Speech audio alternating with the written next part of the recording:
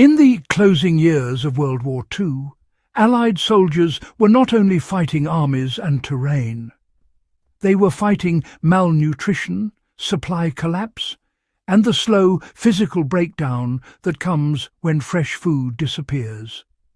Field reports from Europe and the Pacific repeatedly warned that conventional crops like tomatoes, lettuce and cabbage were failing under wartime conditions. They spoiled too quickly, demanded too much water, and could not be relied on when transport lines were cut. In this environment, military agronomists and field medics took notice of a plant that thrived in bombed soil, grew aggressively without fertilizer, and delivered nutrition that stunned everyone involved. What followed was a quiet wartime experiment that worked almost too well, and after the war ended, that success became inconvenient. This is the story of the plant soldiers credited with keeping men strong when tomatoes failed, and why it was deliberately pushed aside once peace returned. How battlefield conditions forced armies to rethink food entirely.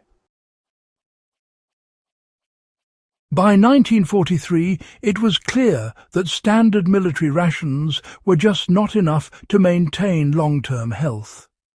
Fresh produce was rare near the front, and vitamin deficiencies were, becoming common even among well-supplied units. Tomatoes were prized for their vitamin C, but they bruised easily, spoiled rapidly, and, required careful handling. In devastated regions, tomatoes simply could not be grown reliably. Military botanists attached to logistics units began studying what they called volunteer plants, species that appeared naturally in disturbed soil around camps and destroyed towns.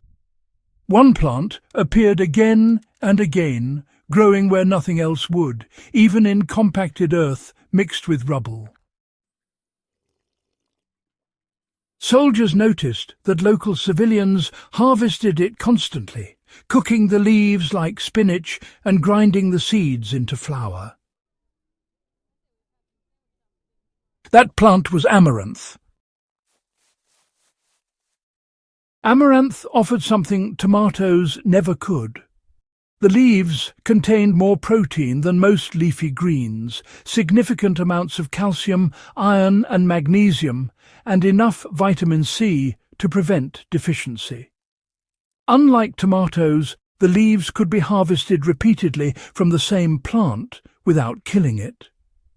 Even more valuable were the seeds, which provided complete protein comparable to animal sources.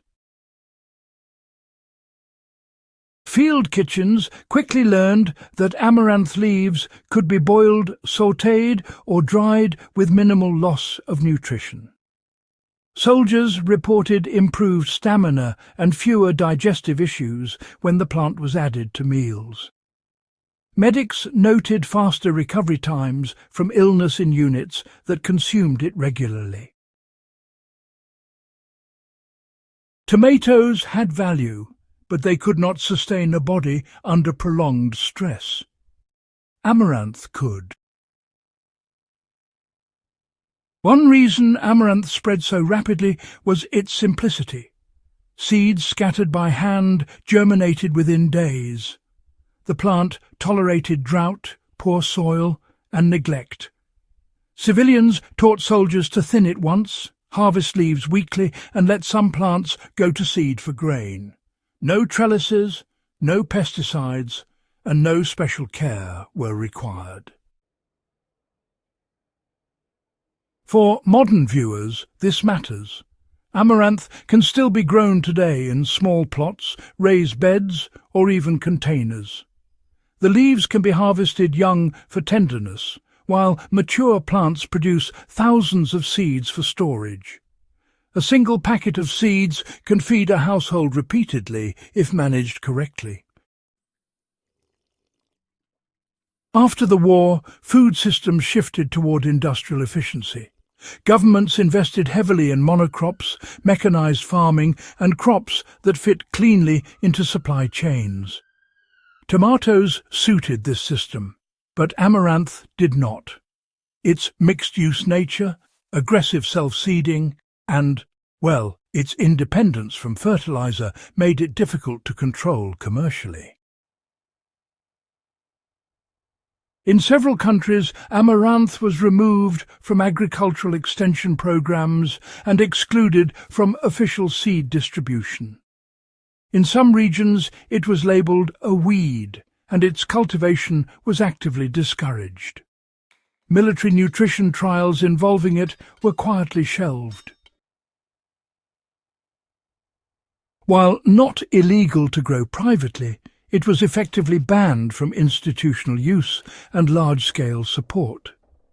The irony is that the very traits that made amaranth invaluable in wartime made it inconvenient in peacetime economics. Today, historians reviewing wartime nutrition logs have rediscovered references to this plant and its impact.